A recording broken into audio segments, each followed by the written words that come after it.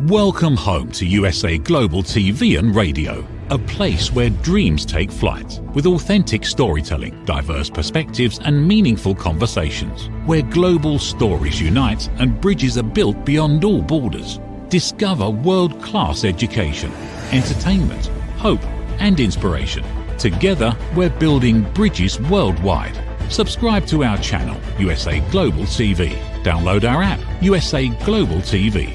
Be our guest or join our team. Visit usaglobaltv.com. Thanks to our founder and executive producer, Dr. Jacalyn Kerbeck. Music score by Yeffy Tang from Cloud Road Music. Voiceover artist Mike Porter. Creative direction by Paul Garcia. USA Global TV and Radio, your home for global connection. All rights reserved. This video and its contents are the exclusive property of USA Global TV and Radio. Unauthorized use, duplication or redistribution in any form is strictly prohibited.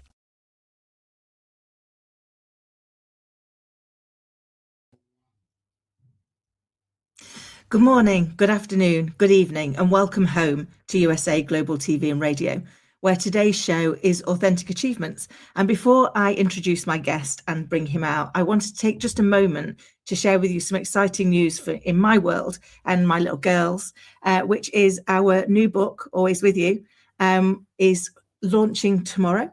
We're super excited and just had a lovely moment when I was chatting with Dr. Jacalyn to realise that actually it's available now for pre-order in both Amazon, Waterstones and Barnes & Noble. And we have been so grateful for all the support so far. It's a story designed to help any little ones that are dealing with loss or trauma or change to understand that love doesn't leave us, it just changes shape. And we're really hopeful that it will help as many little hearts as possible. But enough about me. And what we now would like to go into is actually our guest for the show. I'm super excited to be joined again by the fabulous Stephen Gaffney. But before we bring him out, let me tell you a little bit more about him. So Stephen Gaffney is the trusted advisor to organisations that are number one or number two in their industries, and to the leaders who are determined to get there. As CEO of Stephen Gaffney Company, he's worked with top tier clients like Amazon, Lockheed Martin, and the US military to build consistently high achieving teams, known as CHAT. He's known for getting the unsaid said. Stephen simplifies complexity and equips leaders with practical tools that drive breakthrough results. He's the author of Unconditional Power, a cancer survivor, and the expert leader's call when the high achievement is non-negotiable. Without further ado, Stephen, welcome. Thank you for having me, and congratulations on the launch of your book. That's so exciting. Always With You. I love that. Oh, bless you. Thank you. Yeah, that's so kind. I'm still in a bit of a pinch me moment, Steve, because it wasn't ever designed to be a book. It was a story I wrote for my daughter, and it was only ever supposed to go to my daughter. And then her counsellor read it and said, you should really try and get this published because this could help so many other little people dealing with grief. And so I sent it off. I only wrote it in May of this year, sent it off and was very, very lucky to be given 3 publishing contracts, and picked one of them, and it launches tomorrow. And I still pinch myself on that. How did that happen? That's great. And I can't think of another book like that. And I'm going to get that. So actually, congratulations. Bless you. Thank you. So kind. And I'd love to hear your feedback on it afterwards, because it's as I say, it wasn't supposed to be a book, but I've had lovely feedback so far. And hopefully if it helps just one child, then it's worth doing, isn't it? I'm sure it's going to help thousands. So congratulations. Oh, bless you. Thank you. But this is about you and building high achieving teams. And I know when we chatted on my podcast, you're packed full of insight and actionable advice, which is amazing, because very often we have conversations and we are inspired by them, but we don't really know how to put them into practice, do we? How do we take that, oh, that's a great idea, and go, and actually now how do I live that?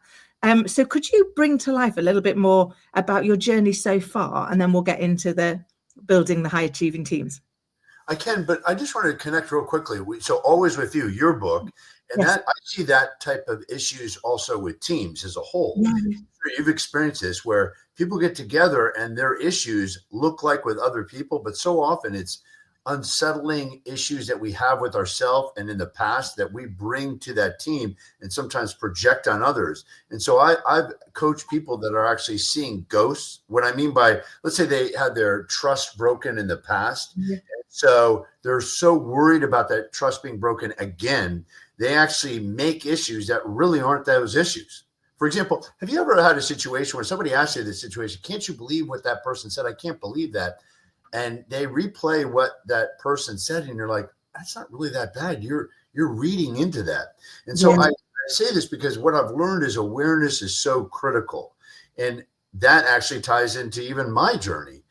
My journey is a lot of the work I do and teach as a result of learning for myself first, whether it's resolving issues, whether it's working with others, and all of that. I tested the strategies on myself because I needed it. And then I learned that it could be used with other people. So I congratulate you on your book. It's such an important concept and point, and actually it applies to every human being. And I see how that applies to teams as well. Oh, bless you. Thank you. And it's so true. Very often we're, I do a lot of work on conflict resolution. And what I find, and I think it resonates with what you've just said, is that, both parties are stood there going, you're not listening to me. And actually you're not hearing each other. You're so busy trying to get your message across that you're not listening to the other person. And actually, if you were able to, you'd realize that actually you're both violently agreeing. You're just using different words, and you're misunderstanding what each other's doing.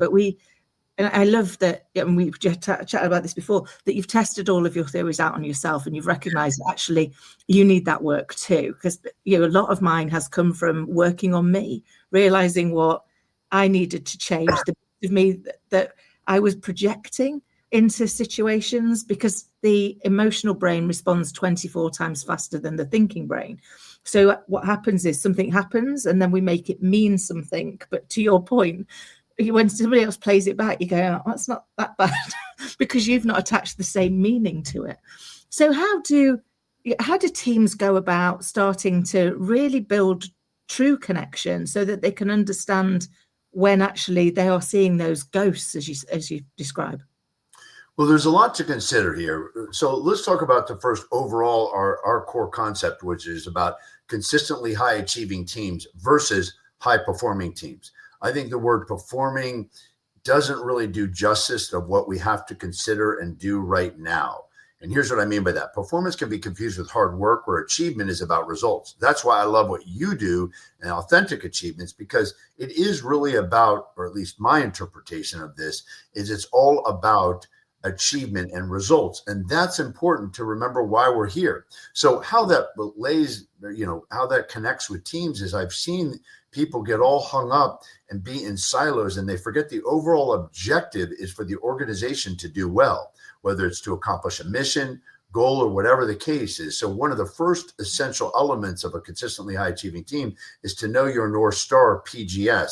Everybody talks about the North Star, but what I mean is PGS, purpose, goals, and strategy, which we can talk more in particular, but it's about ultimately knowing where we're going. That's critical to deciding what to do day in and day out. I love that. I mean, it's you've made it sound so simple, but actually it isn't.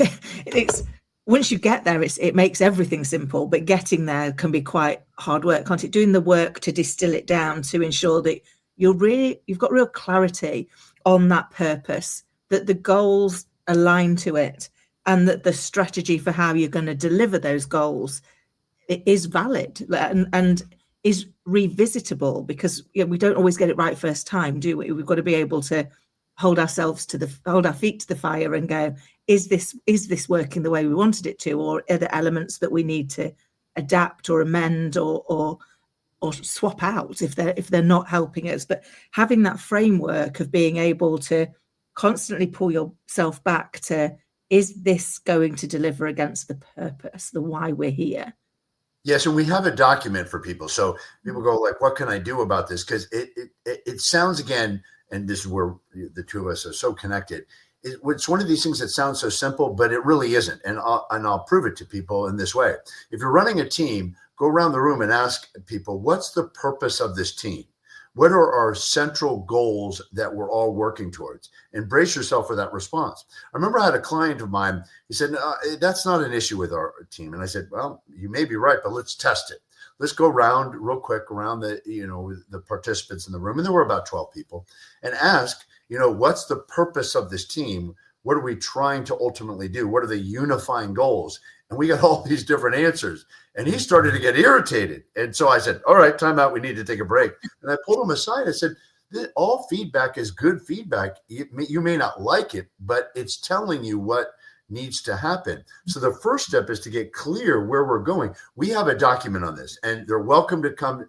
They can go to justbehonest.com, stephengaffney.com. It all will point to the same website. Go to the contact information and mention the show, and we'll send you the document of what you can circulate with your team and work on this, because there's a lot even more to unpack here, but it's ultimately about really being clear what we're doing. And I wouldn't assume that people are not clear, because I would say, having done this work for almost 30 years, I'm going to ballpark this. I would say 90% of the teams I've worked with, when we really dig deep, are not crystal clear of ultimately where they're going. Yeah. Oh, that's amazing. And it is a fabulous resource. So everybody listening, watching, honestly, take Stephen up on it, because you will be really glad that you did. It is so insightful. And you're right. We often assume that because we've told people that they've understood it. And, it always reminds me a little bit of playing Pictionary with my best friend, If I don't get it first time, she underlines it. And I'm like, no, you need to draw me something else. No, I don't understand it. And so, I've often said it in organizations, just because we keep saying it doesn't mean to say people are understanding it. We actually need to hear it back from them. Yes. To have them tell us what they think the purpose is, so that we can be clear. And it even ties into what you said earlier around conflict, because to your point, it's so fascinating how people really don't listen and really seek that feedback. And a great example of this is, take two people who are arguing, pull them both aside and say, do you feel like the other person's listening? And 100% of the time, they'll say no. And so people say, what do you do first? Well, the first step is to listen to them first, deeply listen to them, which we can talk about more, but in essence, about really getting where they're at. And one of the essential elements of a consistently high achieving team, another one of the 12, is to be them. And be them doesn't mean that we agree with them. It means understanding them so well we can actually be them, play them in a movie, represent them if we were a lawyer. It doesn't, again, mean that we agree with everything they're saying, but we get where they're at. And that's the first step to resolving all conflicts. Oh, Stephen, I love that. And this is why we are so aligned. It reminds me, one of the things I used to do when I was prepping for a meeting that I thought could be difficult is I'd first play the part of everybody else in the room. So I would, if I was them, if I were in their shoes, what's going on in their world right now? What's important to them? And how might what I've got to do land with those parts, just so that you had got better answers when you were in that space. But really putting yourself in that other person's shoes, suspending what you need for a moment is invaluable, isn't it? Because very often when we do that, we find a way to collaborate in a way that we wouldn't have been able to do before. But you've talked about deep listening, and I know it's something that you are expert at. How do you truly deep listen? So a really good way to do this is to ask a person on a scale from 1 to 10, how are we doing? How are we working together? How am I supporting you? Whatever area we want to look at. Say on a scale from 1 to 10, how are we doing on this, or how am I doing on this with you? And then when they give us a number, and sometimes people feel uncomfortable and they might say, oh, you're an 8 or a 9, and even though we know that it's not the case, then you could say, well, what would it take to make it a 15? But at least if they give you a number lower than, I'd say, 8, say to them, what would it take to make it a 10? So we go, on a scale from 1 to 10, how well are we working together? How well is our relationship? How well are we collaborating? And then whenever they give you the number, say first, what would it take to make it a 10? And then if they give you that exceptionally high number, what would it take to make it a 15? Yeah. And then really listen. And here's the thing I found about listening. As soon as somebody says something that we don't agree with or is factually wrong, we have this compelled we almost feel compelled to correct them in the moment. What I coach people to do is take a note and don't respond.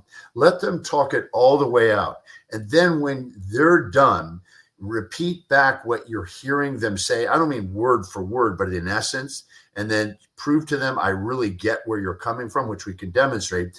And then look at what they're saying and then start to deal with those issues. The reason why I say this is I've also found by working in the intel area and with security and whatnot, that generally speaking, whatever somebody first tells you is the issue is almost never the real issue. So if we respond or debate with them, as soon as we don't like something, they're going to shut down. That's why we need to deeply listen to them in such a way as we really get what's going on. I'll say one more thing about this, and I know I'm going on about this, but I'm so passionate about it. Where people say, I can't, have you ever experienced where you seemingly can't make somebody happy? Like they'll say to you, I'd be happy if you do this. I'll be happy if you do that. And then you try to jump through hoops and do all these things, and they're seemingly still not happy. And so sometimes we might think to ourselves, you know what? I can't seem to make this person happy. I would contend that we haven't found out what would really make them happy. And that's why to deeply listen to them first and be them. Wow, I love that. And so I'm just smiling because I definitely get the jump through hoops. But what I really liked was that kind of like, give them the chance to play it all out, and take that moment, like you said, write a note and come back to it. I think, it reminds me of was it called the 5 why theory, that says the first answer you get isn't going to be the correct answer. It's going to be the one that they think you're most likely to accept. And actually, when you get to you keep going, okay, so why is that interesting? How's that important to you? What would that give you if you got there? That by the time you get to the 5th layer, you actually get to the crux of what's really going on, the real problem. But like you say, it's giving them the space to talk all of that piece out. And I guess it's having the strength of mind to not need to immediately put your point across. And that it really are. It is, because as you say, we've almost all been brought up with this. Well, no, that's just wrong. So we need to tell you it's wrong because we need to stop you where you are. And I keep trying to say to my little girl, ask yourself the question first.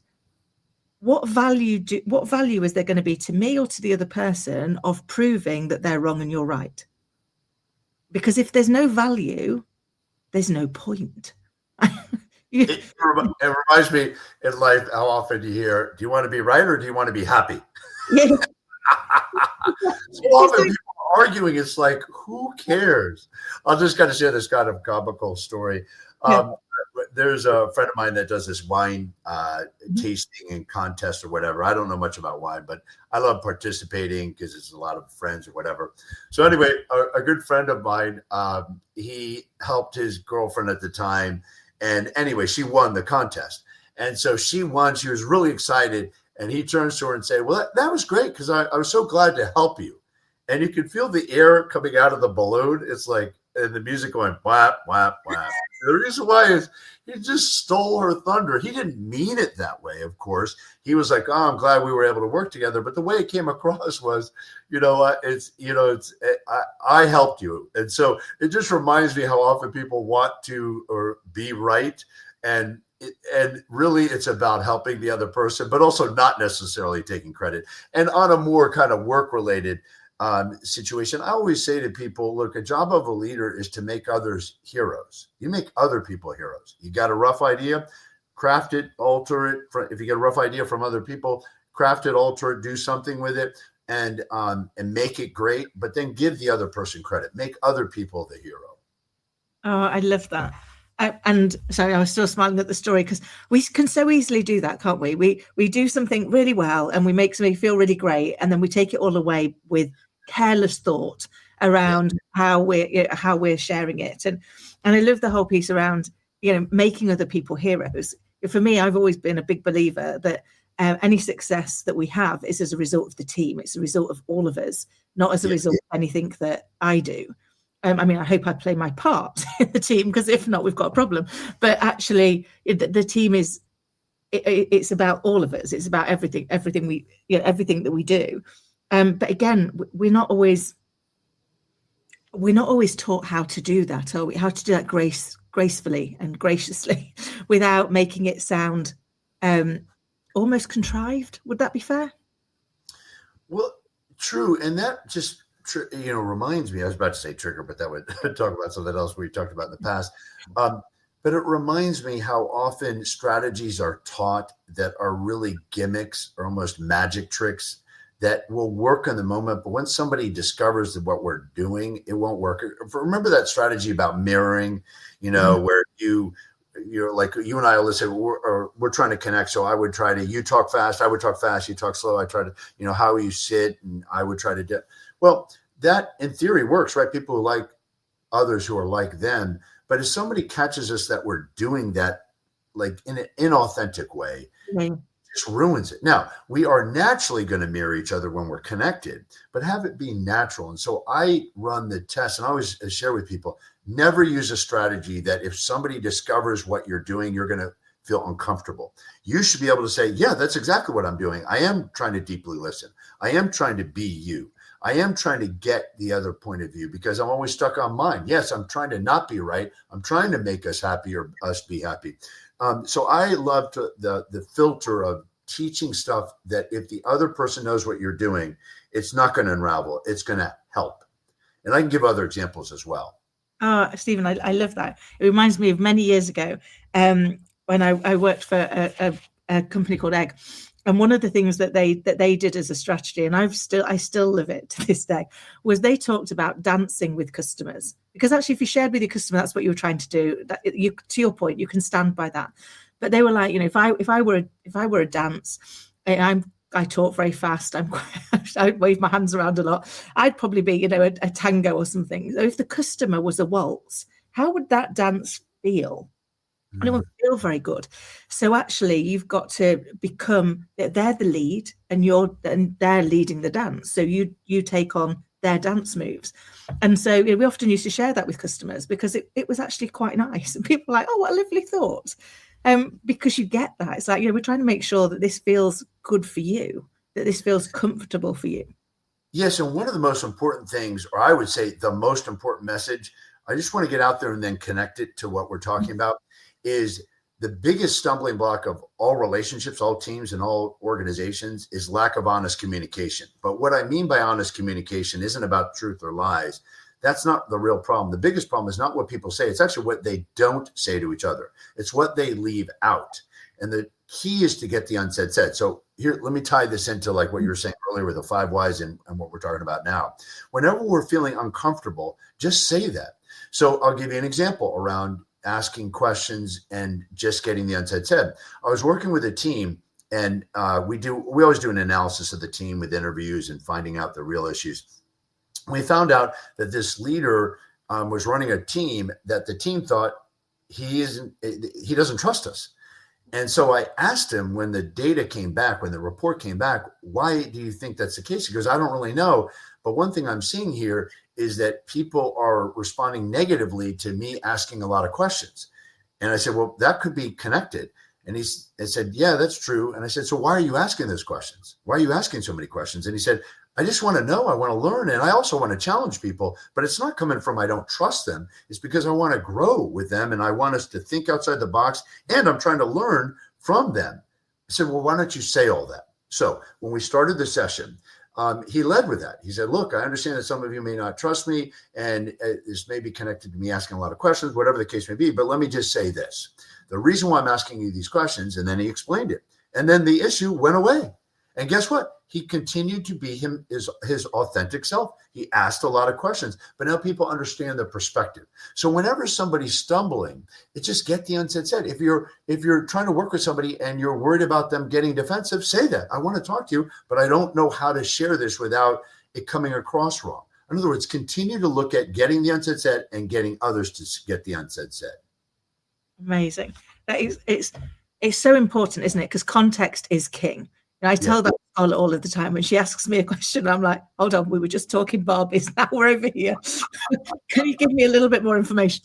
But that kind of like setting that context, giving people like, what's your intention And I use that all the time. If I'm having to have difficult conversations, I'll share that, I'm a bit conflicted about doing this, and then I'll share why I'm doing it, which is, if you don't know, you're going to get in your own way, and I don't want to see you do that. So, but it's in having the courage to be vulnerable, isn't it? To say, actually, I'm not feeling 100% here, or I'm not certain how this might land, and I don't want it to land in the wrong way. Or, and I think, having the ability to do that, and you always do it so graciously, so that actually you don't even notice really that you've tackled an uncomfortable conversation because you've led into it so gently.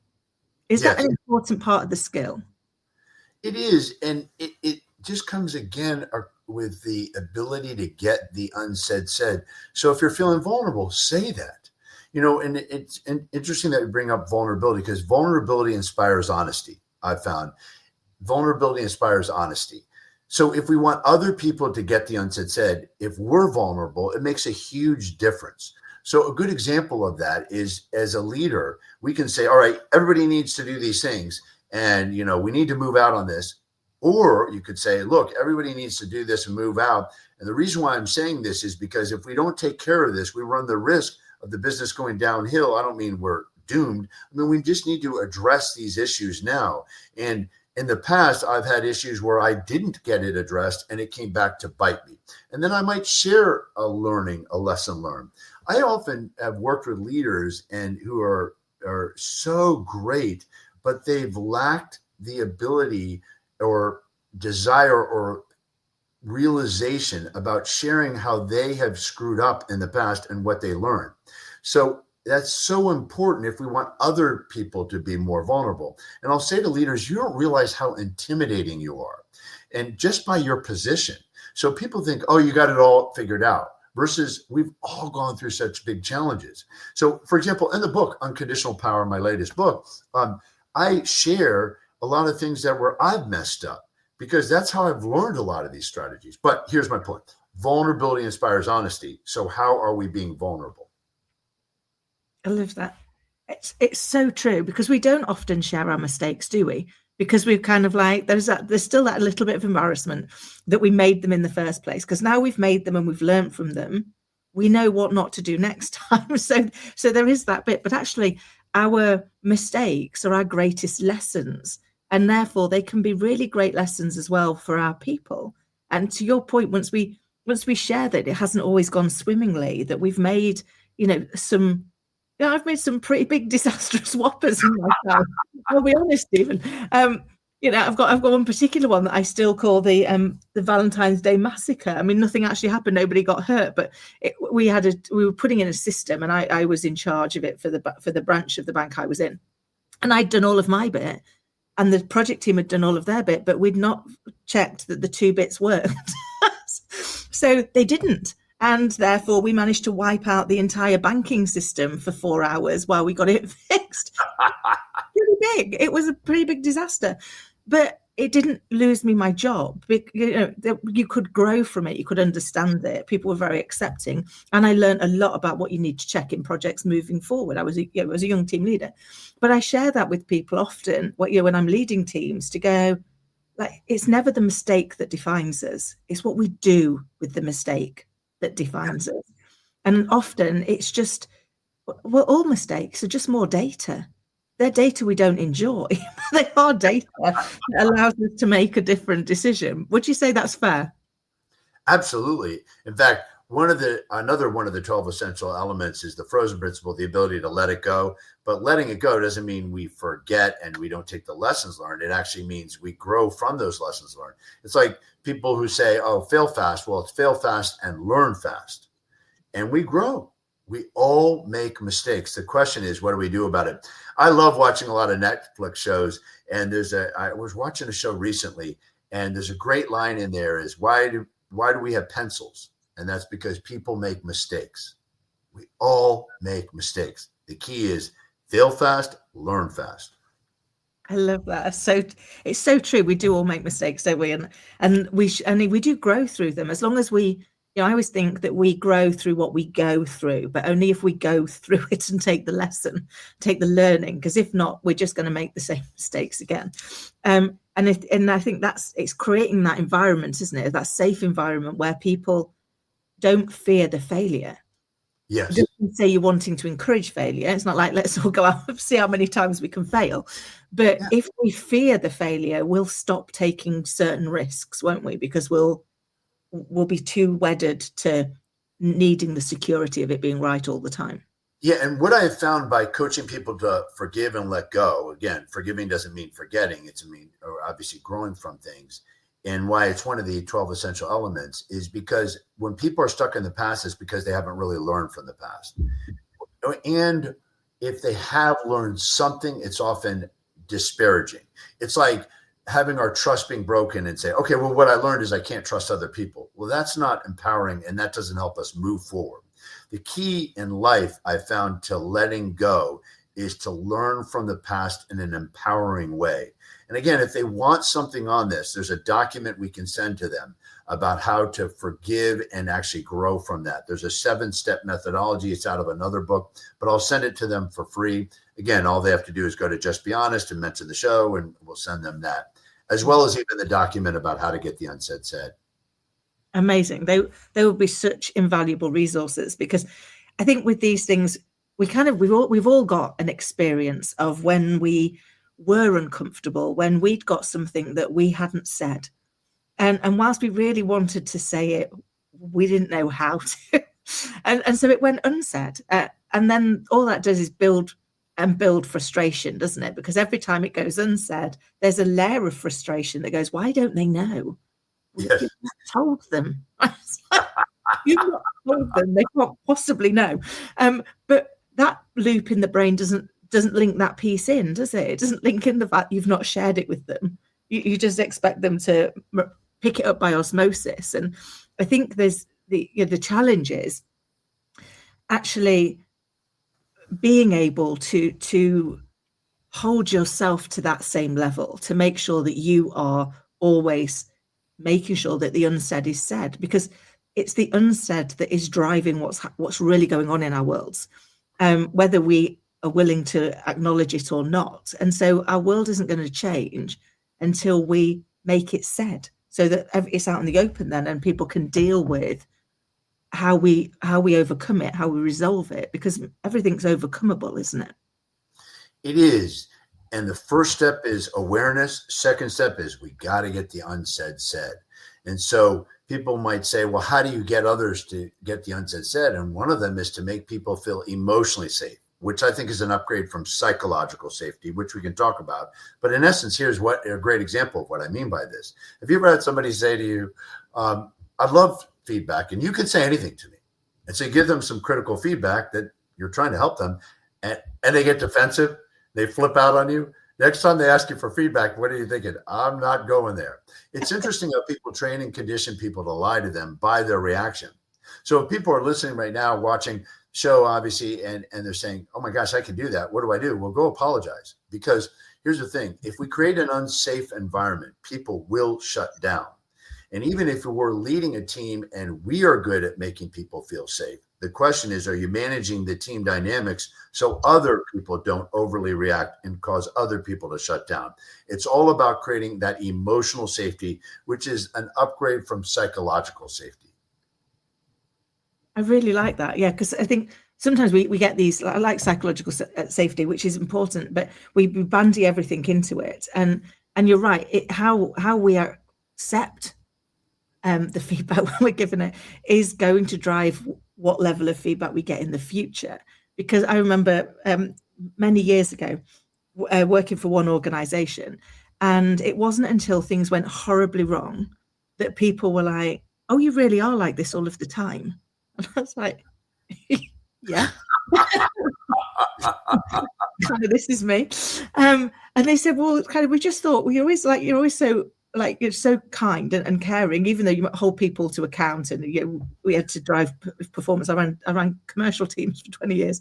They said, but you do it with such kindness and such empathy and such listening. He said, but that's all well and good when you're always slaying your numbers. He said, but we were like, yeah, wait to see what she's really like when we miss a number, when the wheels come off the bus.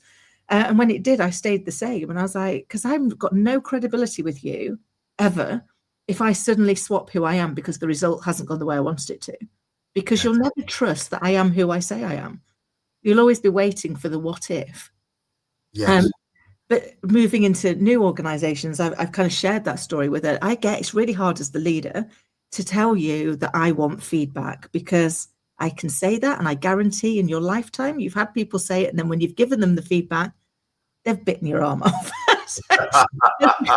So I recognize it's a lot for me to expect that you're going to be willing to give me the feedback, but all I'd ask is trust me first and let me prove to you the trust was worthwhile, because it's a big ask, isn't it, to go into to ask your team to share with you the parts that you're getting wrong, the areas where you could be doing better, because they've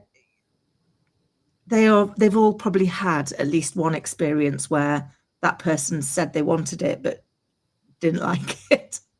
Absolutely. They've had some bad experiences, which again, that connects well with what we talked about earlier about people seeing ghosts. And so they're like, I don't want to share things, but wait a minute, why not? Because they've had bad experiences of the past, but just because you had bad experiences of the past doesn't mean you're going to have a bad experience now. The other thing that I think to consider around this emotional safety is another element that I found critical is rewarding honesty. And I don't mean financially, I mean doing something with it. How often have you seen these companies that do employee surveys or people who ask for feedback and they don't do anything with it? At best, they report back what the feedback, but they don't take specific action. And if they do, it's months and months where people are like, this takes forever. So I've worked with teams where people say, I feel safe to bring things up, but nothing will change. And when people feel like that, they shut down. We have to reward honesty. That's so true. And I think sometimes when we get feedback on things, sometimes they are big things that we're going to take a long time to change. Yeah. But that doesn't mean to say we can't be letting people know while we're going through it. It's like we're working on that. But there's always some low-hanging fruit, quick changes that you can actually make and implement.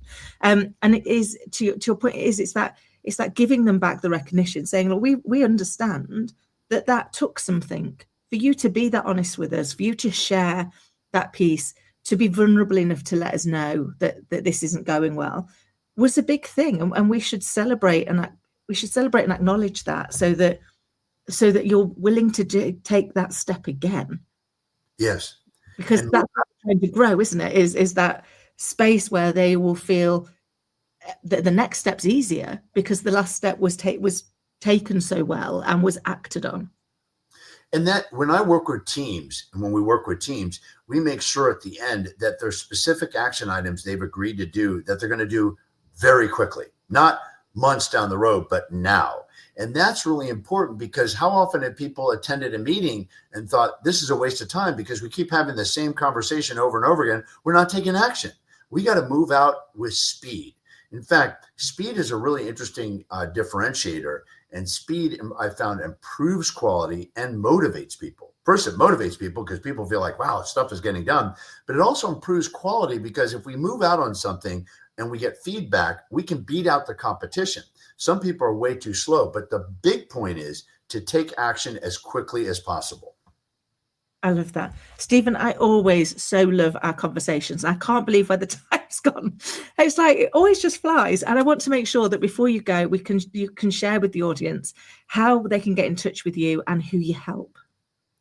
Great, thank you. So if they go to justbehonest or stephengaffney.com, goes to the same place, mention the show, we'll send them all those documents I mentioned earlier. And in fact, there's one other document I want to send them. There's a 9-step methodology I wrote about how to have difficult conversations. We'll send it to them for free, but they have to mention the show. So if they mention the show and they mention these documents that they want, we'll send this to them for free. So if they go to justbehonest.com, and who we work with are any organizations that have teams. And in fact, now we have an online system called the Team Achievement Accelerator. It's called the Team Achievement Accelerator. If they go to teamachievement Online, Team Achievement Online. They're actually, all these strategies are online and accessible to everyone in the world, aside from whether they work with us directly for an in-person session. So if they go to teamachievementonline.com, it'll take them right to there. But if they forget all that, they could just go to Just Be Honest. And if they just want a conversation, we'll help them in any way possible. Bless you. Stephen, it has been a delight, as it always is. I can't tell you how much I appreciate your time, your insight, and just the conversation is always such a joy. I'm looking forward to next time, but thank you for joining me. Thank you. And thank you for having me on the show. And I so love your questions. They really get to the heart of the matter. So thank you for allowing me to be on this. And most importantly, congratulations on your book. Bless you. Thank you so much. I look forward to our next conversation, Stephen. And to everybody listening and watching, I hope you found today's episode to be as insightful and inspiring as I have. And until next time, take care. Meet Lady Ella, a special ladybug who is trained by Grand Beetle on how to listen at an elevated level. After earning her gold wings, Mother Earth and Father Universe asked her to travel across the solar system, teaching life lessons to creatures to respect one another and to listen. Learn more about her travels in the book series, The Amazing Adventures of Lady Ella.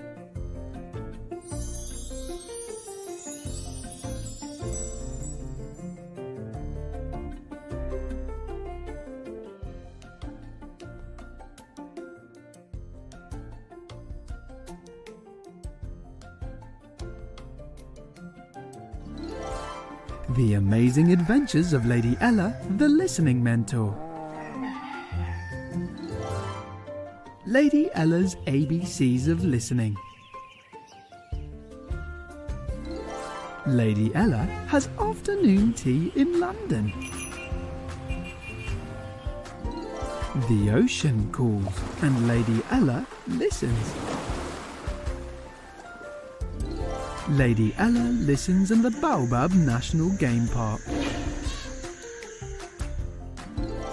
Lady Ella's space adventure across the universe.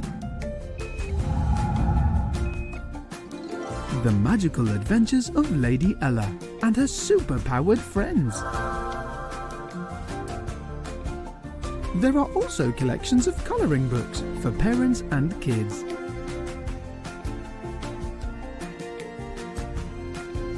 Providing world-class education, entertainment, hope and inspiration. Join our team of elevated listeners to teach children elevated listening skills. Lady Ella would like to teach you and your family how to listen at an elevated level.